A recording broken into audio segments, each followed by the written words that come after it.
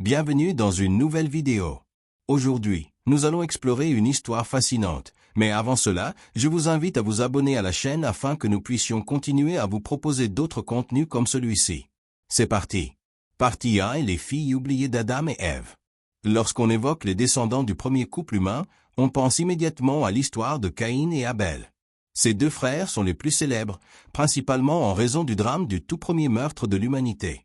Toutefois, un détail crucial échappe souvent à l'attention. Adam et Ève ont eu d'autres enfants, notamment plusieurs filles. Ces femmes sont rarement mentionnées, presque invisibles dans les discussions théologiques ou les études bibliques. Pourtant, le livre de la Genèse, chapitre 5, versets 4 et 5, donne un indice révélateur. Après la naissance de Seth, Adam vécut encore 800 ans, au cours desquels il engendra des fils et des filles, atteignant l'âge de 930 ans. La Bible ne précise ni leur nom ni leur nombre. Mais d'autres sources anciennes tentent de combler ces silences. C'est ici qu'intervient un document énigmatique appelé le Livre des Jubilés, un texte considéré comme apocryphe, surnommé par certains chercheurs la Petite Genèse. Ce manuscrit développe les récits connus de la Genèse avec une richesse de détails supplémentaires, y compris des noms oubliés et des traditions préservées par les anciens Israélites. Selon ce livre, certains noms de filles d'Adam sont révélés. L'une d'elles, par exemple, s'appelait Hawan, mentionnée à la fois comme sœur et épouse de Caïn, selon la coutume de l'époque où les mariages entre frères et sœurs étaient la seule option possible. Une autre se nommait Azura, sœur de Seth. Ces noms ne figurent pas dans la Bible traditionnelle, mais apparaissent dans des traditions juives très anciennes. Bien que le livre des Jubilés ne fasse pas partie du canon biblique reconnu par tous, il était largement connu des premiers chrétiens. Certains chercheurs pensent qu'il aurait pu être écrit par Esdras, mais le texte lui-même affirme qu'il fut révélé à Moïse sur le mont Horeb, par un ange, durant les 40 jours et 40 nuits de jeûne en présence divine. Ce même texte mentionne également le livre d'Hénoch, un autre manuscrit mystérieux, respecté par de nombreux chrétiens des premiers siècles. Avec tant de références croisées et de témoignages préservés au fil des siècles, peut-être est-il temps de reconsidérer la valeur de ces sources oubliées, et de redonner la parole aux filles qu'une longue tradition a laissées dans le silence. Partie 2 : Hawan et Azura, les filles qui ont perpétué l'humanité. En poursuivant le mystère des filles d'Adam et Ève, nous explorons désormais les traditions anciennes qui développent ce que la Genèse ne fait qu'évoquer. Des sources sémitiques et des textes apocryphes tels que le livre des Jubilés révèlent les noms et récits de ces femmes presque effacés de la mémoire collective. La première d'entre elles est Hawan, également orthographiée Hawan dans certaines traductions, dont le nom signifie puissance ou, dans un autre contexte, vice, en langue hébreu-phénicienne. Selon ces récits, Hawan fut à la fois la sœur et l'épouse de Caïn, le fils aîné d'Adam et Ève. Après le meurtre d'Abel, Caïn fut maudit et s'exila dans une terre lointaine. Là, d'après le livre des Jubilés et le récit biblique de Genèse 4:17, il bâtit une ville qu'il nomma d'après son fils, Hénoch. Ce fils naquit de son union avec Hawan, faisant d'elle la première mère après Ève.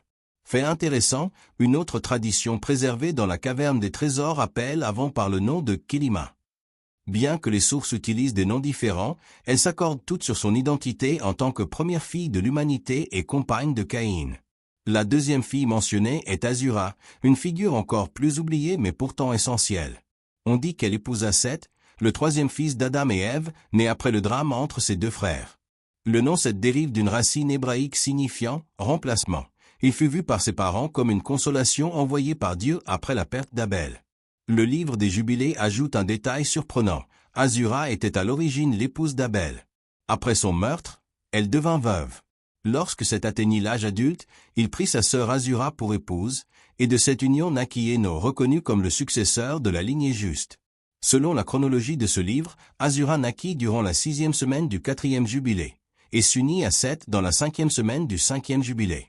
Au cours de la 4e année de la 6e semaine, elle donna naissance à Hénoch, qui épousa plus tard sa sœur Noam, également fille de Seth et Azura. Hénoch est mentionné dans Genèse 5, 6-11 comme un homme ayant poursuivi la lignée des justes. Il est rappelé comme celui qui invoqua le nom du Seigneur, inaugurant ainsi la tradition de la prière et du culte adressé au Dieu unique, une pratique qui marquera les descendants de Seth comme un peuple consacré. L'histoire de ces femmes, souvent réduite au silence, démontre que le dessein divin pour l'humanité passa également par elles, gardienne d'une lignée spirituelle qui maintint vivante la relation avec le Créateur. Partie 3 : la lignée cachée, les filles d'Adam et Ève et la diversité de l'humanité. Vous êtes-vous déjà demandé à quel moment l'humanité a commencé à invoquer consciemment le nom de Dieu ? Un passage fascinant de la Genèse 4:26 nous donne cet indice. C'est alors que l'on commença à invoquer le nom de l'Éternel. Ce moment marque un tournant spirituel dans l'histoire des descendants de Seth, et le protagoniste de ce changement est Héno, petit-fils d'Adam et fils de Seth et Azura. À travers lui, les hommes commencèrent à exprimer leur dévotion de manière structurée, comme si une étincelle spirituelle s'était éveillée parmi les premiers humains. Selon le livre des Jubilés et d'anciennes traditions sémitiques et juives, le cadre familial de la première génération était bien différent de ce que l'on imagine habituellement. Caïn épousa sa sœur avant, tandis que Seth prit pour épouse sa sœur Azura. Tous deux fondèrent les deux grandes lignées des premiers récits bibliques, celle de Caïn, marquée par la violence, l'exil et la civilisation, et celle de Seth, empreinte de foi, de continuité et d'alliance avec Dieu. Mais alors, combien d'enfants Adam et Ève ont-ils réellement eu? La réponse, bien que non précisée dans les Écritures, est surprenante. La Bible nous dit qu'après la naissance de Seth, Adam vécut encore 800 ans, durant lesquels il engendra des fils et des filles. Genèse 5, 4-5. Il atteignit l'âge de 930 ans. Il est donc logique de supposer qu'ils eurent des centaines d'enfants. Ève, en tant que première femme, symbolisait non seulement l'origine, mais aussi une fertilité exceptionnelle. Adam, quant à lui, possédait une vitalité extraordinaire. Après tout, il avait été façonné directement par les mains du Créateur. Tous deux restèrent vigoureux non pas pendant des décennies, mais pendant des siècles. En comparaison moderne, citons Valentina Vassiliev, une Russe du XVIIIe siècle, qui aurait donné naissance à 69 enfants en 27 grossesses, comprenant des jumeaux, triplés et même quadruplés. Si ce record est impressionnant aujourd'hui, Ève l'aurait largement dépassé, compte tenu de sa longévité et de ses conditions biologiques uniques. Autrement dit, si une femme contemporaine peut enfanter près de 70 fois, imaginez une femme comme Ève, en parfaite santé pendant près d'un millénaire. Des estimations prudentes parlent de 70 à 100 descendants directs, mais certaines traditions évoquent plusieurs centaines. Le plus fascinant, c'est que tous ces fils et filles, multipliés au fil des générations, ont donné naissance à la diversité ethnique et génétique de l'humanité. D'ailleurs, avez-vous entendu parler de la théorie de l'Ève mitochondriale? Il s'agit d'une découverte génétique moderne qui affirme que tous les humains actuels descendent d'une même femme ayant vécu il y a des milliers d'années. Cette Ève scientifique n'est pas nécessairement la même que l'Ève biblique, mais la coïncidence est frappante. Dans ce cas, la science rejoint la tradition religieuse en suggérant l'existence réelle d'un ancêtre commun. Par ailleurs, Genèse 6:1 nous donne un autre indice sur la croissance de la population, lorsque les hommes commencèrent à se multiplier sur la surface de la terre et que des filles leur naquirent. Ici, l'accent est mis sur les filles, souvent négligées dans les récits. Non seulement elles existaient, mais elles jouèrent un rôle essentiel dans l'expansion et la diversité de l'humanité.